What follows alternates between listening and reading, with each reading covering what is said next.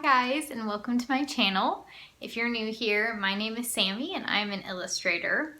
But today I am going to share with you my adventure to go see elephant seals. So a few days ago we went to the coast, went to San Simeon, California, and got to see elephant seals. There is a rookery there, and you can go out to, there's like a pathway along the edge of like the dunes, and you can look down on the elephant seals. It was absolutely amazing. When we first got there, I actually like couldn't find them because they're so big you dismiss them for like a log or a rock. It's just crazy. So yeah, I really wanted to share with you guys my experience getting to go see them. I put together a little video for you. I know that a lot of you really liked my little sea otter footage from a few weeks ago, so I thought I would share this with you guys as well. I really like making this kind of video. But before I share the footage, I wanted to tell you guys some of the things I learned about them. I'm by no means an expert, but they're really, really cool. So yes, they were kind of grotesque looking, but they are amazing. The males, so these are northern elephant seals. The males can grow up to 13 feet long and the females 10 feet. And they spend 8 to 10 months of the year out in the ocean. And I don't mean like out in the ocean and then like resting on an island. I mean like in the ocean for 8 to 10 months.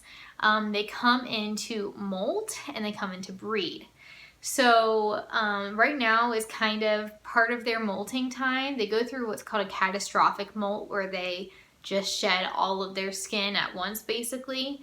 And so they have to come on to land for about a month to do this. And the reason that they shed so much skin is because they dive really, really deep.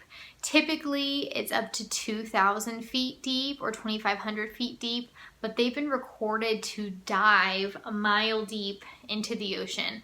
So they hunt things like fish and squid, but also rays and sharks, and also like bioluminescent squid. So you can imagine how dark it must be if they're hunting in some cases at the ocean floor. So that's really cool. But back to the shedding, when they dive this deep, they breathe out and then they dive and they empty their lungs so that they're less buoyant, and the blood is allocated to their vital organs, meaning that their skin isn't getting as much blood or as much nutrients when they're doing these dives, when they're living out to sea like this. And so when they come to shore, it's really important for them to kind of replenish their nutrients in their skin and get nice, new, healthy skin. But I thought that was amazing, for one thing, that they don't come into land. So, I mean, they're mammals. Whales are mammals too, but there's something about an elephant seal that just seems a little bit less like it's meant to be in the water all the time. Their lungs actually have cartilage in them so that when they're done with their dive, they can reinflate and come back up to the surface. And while they're doing these deep dives, they're actually getting their oxygen from their blood supply. So yeah, they're pretty amazing, and I thought it would be interesting for you guys to learn some of the things that I learned, because it just gives you a whole new appreciation seeing them and how kind of comical they look and how fat they look. Honestly, sometimes they're like laying there and you think they're dead, but they're not. But actually they can move faster than a human on land. If they're on soft sand, they can move faster than a human, which is kind of terrifying because they're massive, but really, really cool. So one thing you will see is you'll see some males fighting. All of the seals on the beach right now that you'll see are males, and a lot of them are young males, subadult males. And what they are doing right now is they are practicing fighting. It's like playing. Because it is not the breeding season. So anyway, yeah, you'll get to see a little bit of that. And they start off by making their noses inflate and making these crazy sounds, which you'll hear, to kind of size each other up and gain dominance. And when breeding season comes, that's how the fight will start. They'll do that to assert their dominance, and usually one of them will win, but occasionally they do start fighting. And yeah, so it's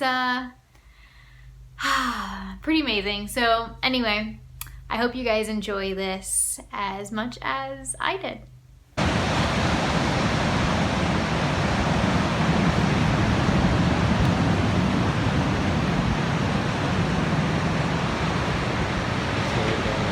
Yeah.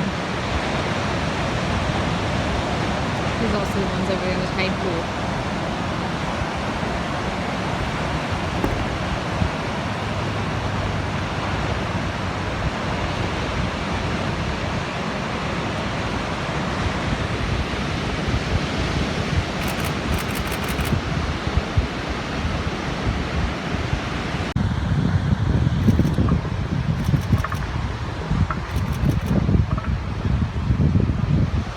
Alex, look out there. It's coming in.